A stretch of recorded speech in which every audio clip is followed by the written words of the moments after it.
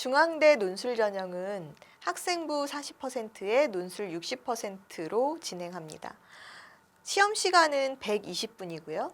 자연 계열의 경우 수리 논술이 세 문항으로 나오는데요.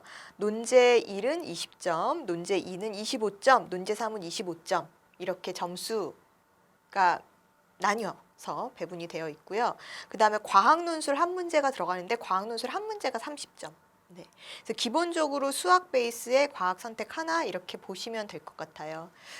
수리 논술의 비중이 여러분들 점수 비중으로도 아시다시피 거의 70%가 이제 수리 논술이잖아요. 그래서 수리 논술의 비중이 상대적으로 크기 때문에 사실은 120분이라는 시간을 안배하는 것도 필요한데 수리에 보통 한 80분 정도, 과학에 한 40분 정도 이렇게 시간 안배를 해서 푸는 경우가 사실 일반적이기는 합니다. 그래서 내가 좀 더 빨리 풀 수 있는 문제, 만약에 이제 지금 현재 고3 학생들 같은 경우에는 이제 곧 논술 시험을 앞두고 있는 상황이라서 지금에는 이제 시간 안에 이런 시간 배분을 잘해서 문제를 푸는 연습도 필요한 시기이거든요.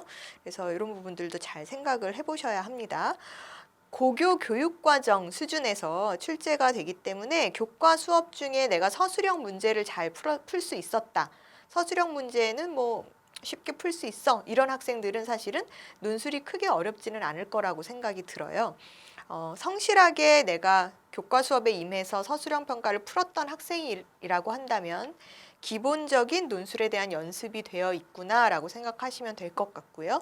수리 논술이 이제 주로 다항식이라든지 공간 도형과 공간 벡터, 방정식, 부등식, 도형의 방정식, 함수, 수열 함수의 극한과 연속 등등에서 출제된 바 있어요. 그렇기 때문에 특히 이제 확률과 통계나 다항함수의 미적분, 적분법, 평면 벡터 이런 자주 출제되는 그런 부분은 조금 더 세심하게 여러분들이 문제를 풀어봐야 될 것 같고 EBS 교재에서 출제되는 경향이 있어서요. 고등학교 3학년 1학기 동안 열심히 수업에 임했었고 또 연계 교재를 풀었던 학생이라면 어렵지 않을 것 같습니다. 중앙대 논술 전형은 수능 최저가 조금 높은 편인데요. 이렇게 수능 최저가 높다 보니까 수능 최저 충족이 일단 관건이다라고 보여집니다. 수능 최저를 맞출 수 있느냐 없느냐에 따라서 실제 논술에 응시하는 실질 경쟁률이 좀 달라질 수 있다라고 보여지는데요. 수시 논술에서의 수능 최저는 보통 세계합 6 이내로 올해 같은 경우 즉 2020학년도 입시에서는 완화되어 있는 경우가 있어서 사실 올해는 수능 최저도 어느 정도 맞출 수 있지 않을까. 대부분의 이제 중앙대 논술 전형에 지원하려는 학생들의 경우에는 작년보다는 수능 최저를 맞추는 비율이 조금 더 많지 않을까 하는 예측을 해봅니다. 인문사회 계열은 언어 논술로 세 개 문항이 출제가 돼요. 경제 경영 계열은 언어 논술 2개 문항에 수리 논술 1문항 이렇게 들어가고요. 그리고 출제 범위는 국어와 사회, 도덕교과에서 출제가 되는 편입니다. 경제 경영의 수리 논술 같은 경우에는 수학 1, 수학 2, 그리고 확률과 통계, 미적분 1까지 출제 범위를 가지고 있어서 인문 계열에서 경제 경영 계열로 논술 전형을 쓴다라는 학생들은 이 수리 논술 교과의 그 부분들을 잘 숙지를 해두셔야 되지 않을까 하는 생각입니다. 중앙대 인문계 논술은 단편적인 교과 지식을 풀어내는 유형은 아니고요. 다양한 지식을 유기적으로 연계해서 통합된 글 한 편을 작성하는 형태 이렇게 보시면 돼요. 그래서 정말 많은 제시문이 나오는데 그 다양한 제시문들을 시간 안에 정확하게 읽어내서 하나의 주제로 엮어서 내용을 유기적 구성을 할 수 있는지 여부가 관건이라고 보시면 되거든요. 모든 제시문은 교과서와 EBS 교재에서 출제되는 부분이 있어서 제시문의 난이도 자체는 그렇게 높지는 않습니다. 즉 우리에게 익숙한 글들이 제시문으로 나온다 이렇게 보시면 되거든요. 그래서 역시나 3학년 1학기 때 국어, 사회, 도덕교과의 지문들이나 또는 EBS 수능 특강 교재에 나와 있었던 그런 여러 가지 제재들, 지문들을 꼼꼼하게 읽어봤었던 학생이라면 제시문에 대한 접근은 어렵지 않을 것 같습니다. 더불어 논술 준비를 하면서도 지금 말씀드린 연계교재에서 발췌문이 나온다라고 했으니까 논술 대비를 하면서도 수능 대비가 같이 될 수 있는 부분이 좀 있다라고 생각하시면 될 것 같아요. 물론 자연계도 마찬가지죠. 그래서 중앙대 논술은 논술 대비를 따로 해야 돼라는 부담감이 조금 적은, 그러니까 수능 공부하면서도 동시에 내가 지금 수능 공부하는 이런 텍스트 분석들이 논술 대비도 기본적으로 되는 거야, 이렇게 생각해 주시면 될 것 같아요. 언어 논술은 정확히 독해력이 우선시 되는데요. 즉 핵심 요지를 정확히 파악해낼 수 있느냐, 이 부분을 보는 것이죠. 120분 동안 논지를 논리적으로 전개해서 요약해내는 것이 필요합니다. 지문이 6개에서 9개 정도로 많이 출제가 되고요. 제한 시간 내에 이렇게 다양한 제시문들을 읽고 핵심 요지를 다 찾아내는 연습. 중앙대는 문제를 딱 보면서 바로바로 그 문제 분석을 하면서 핵심 요지들에 대한 뭐 언더라인을 치거나, 그렇게 해서 아니면 또 내가 핵심 키워드로 고쳐내거나, 이런 것들이 제시문 독해하면서 바로바로 돼야 돼요. 그러니까 보통 여러분들이 이렇게 제시문이 많이 나오는 경우에는 일단 한번 읽고 두 번째 읽으면서 다시 요약하고 이렇게들 많이 하시는데, 사실 시간 제한이 있기 때문에 그렇게 하기에는 좀 여의치가 않거든요. 그래서 실제 시험장에서 바로바로 읽으면서 핵심 요지를 찾을 수 있는 연습을 지금 시기에 하셔야 돼요. 네. 이렇게 핵심 요지를 찾아서 1000자 이상의 글쓰기보다는 조금 더 간결한 5, 600자 뭐 이런 식으로 좀 더 간결한 형태의 글쓰기이기 때문에, 내가 왜 이런 학생들 있죠. 막 1000자 이상의 글을 논리적으로 막 구성해야 되는 서론, 본론, 결론 막 이렇게 해서 1000자를 쓰고 막 이런 거에 좀 약하고, 지문을 딱 분석해서 거기 핵심 요지, 주제문 딱딱딱 찾아내고 간결 명료하게 정리 요약하는 거에 더 쉬운, 그런 연습이 더 쉬운 학생이라면 사실 중앙대 논술이 괜찮겠죠. 그래서 간결한 글쓰기, 명료한 글쓰기에 좀 특화되어 있는 학생들, 그러니까 정말 핵심만 말하는 학생들 있잖아요. 그런 학생들은 중앙대 논술 전형이 좀 성향상 맞겠다, 이렇게 보시면 될 것 같고요. 논리적인 짤막한 글이지만 5, 600자의 글이지만 그 안에서도 논리적인 구성을 요구하기 때문에, 즉 논리적인 글, 완결된 글 한 편을 써라 라는 요구는요, 서론, 본론, 결론을 갖추라는 거거든요. 그럼 이제 우리가 이렇게 생각해요. 선생님 600자 안에서 서론, 본론, 결론을 어떻게 갖춰요? 그러면 200자씩 이렇게 세달라고 해서 서론 200자 이렇게 써야 되나요? 뭐 이렇게 얘기를 하는데, 그렇지는 않아요. 그러니까 서론에 해당하는, 그러니까 서론은 어떻게 보면 글을 시작하는 도입부라고 보시면 되는데, 즉 전체 내가 어떤 주제에 대해서 글을 쓰겠다라는 거를 명시하는 한 문장 정도로 제시가 되면 되거든요. 그러니까 서론에 해당하는 그 한 문장, 또 본론에 해당하는 중요 내용, 마지막 결론부는 서론부터 본론까지 전개된 내용을 다시 한번 정리 요약해주는 문장, 이런 식으로 서본결의 특성을 가지고 있는 글의 구성, 이렇게 보시면 될 것 같아요. 그래서 지금 서론, 본론 형식을 갖추는, 글의 형식을 갖추는 그런 연습을 좀 하셔야 되고, 또 중앙대 논술은 주제를 논제에서 키워드로 제시를 해주기 때문에 주어진 키워드에 대한 의미를 찾기가 조금 더 쉽습니다. 그러니까 경희대처럼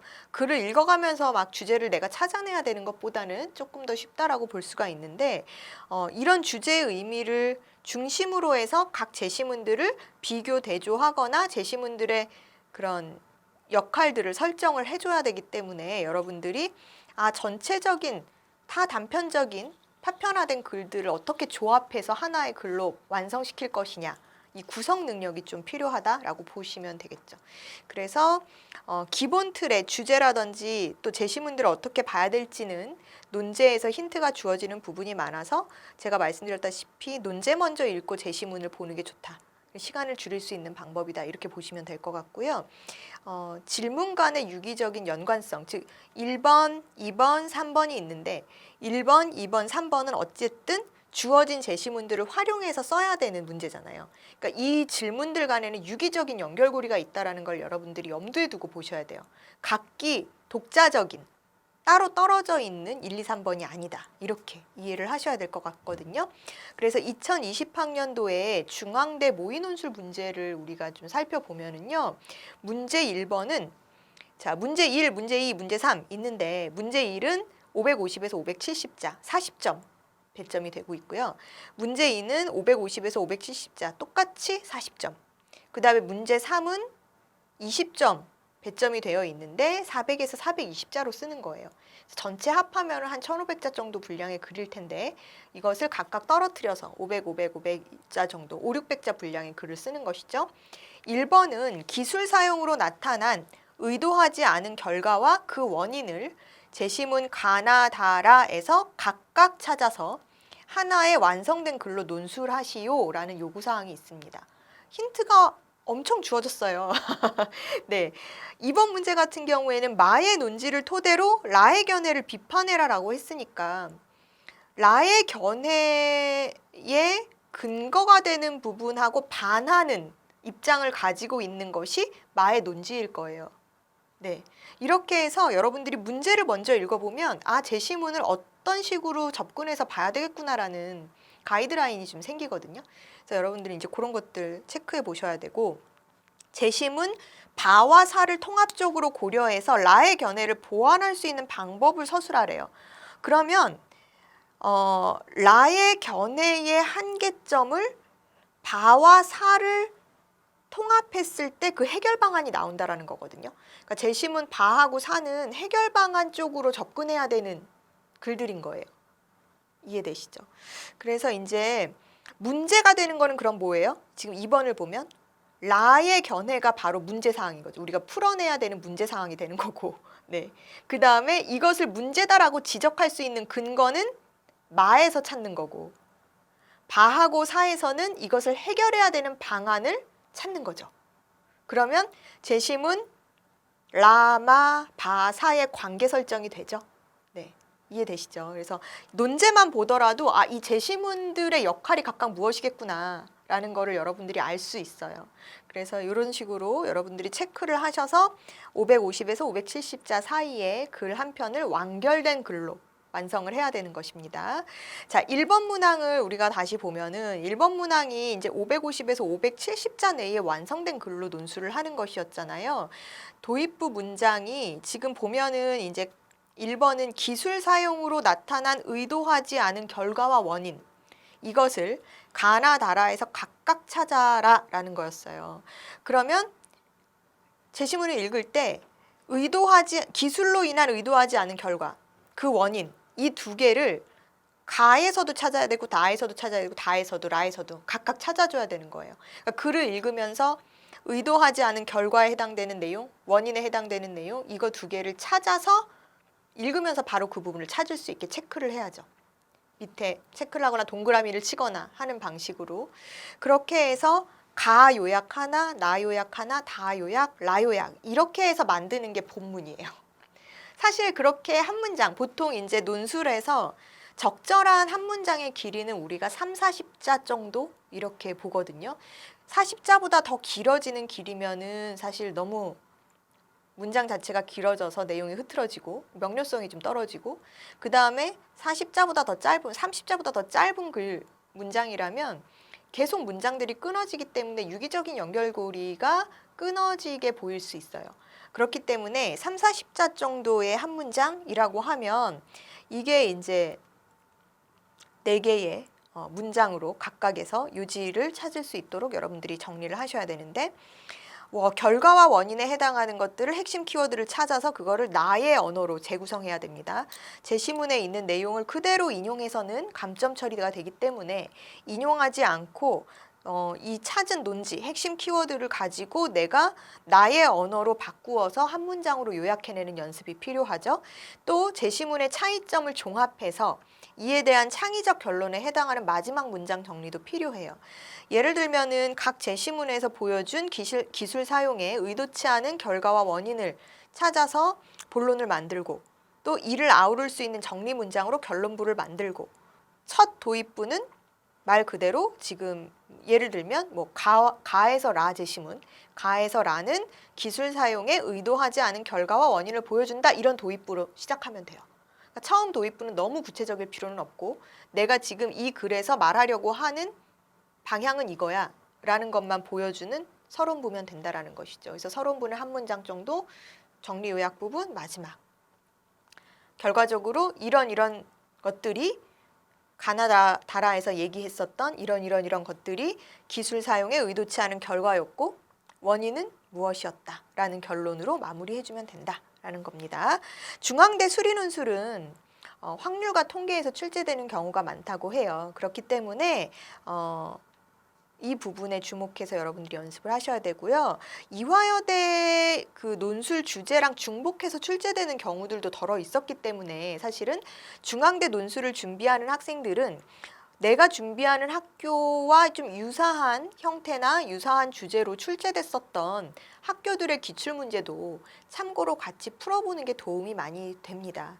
따라서 수리논술 같은 경우에는 이화여대 유형이라든지 또는 시립대 유형 등을 참고해서 중앙대 논술 대비하는 학생들은 같이 그 대학 유사 대학의 기출 문제들을 좀 같이 풀어보는 것이 논술에 대비할 수 있는 전략이라 보시면 될 것 같습니다. 네, 이렇게 이제 연습은 그렇고 또 과학 논술 같은 경우에서 물리 1, 2 심화 과목까지 다 출제된다라는 거를 봤을 때 기출 문제를 통해서 내가 지금 준비해야 되는 또 다시 한번 되짚어 봐야 되는 교과 개념, 교과 지식은 무엇인지 체크를 하시고요. 또 기출 문제를 통한 그 해당 학교 패턴의 답안을 작성하는 연습을 꾸준히 하신다라고 하면 논술에서도 좋은 결과가 있지 않을까 하는 생각입니다.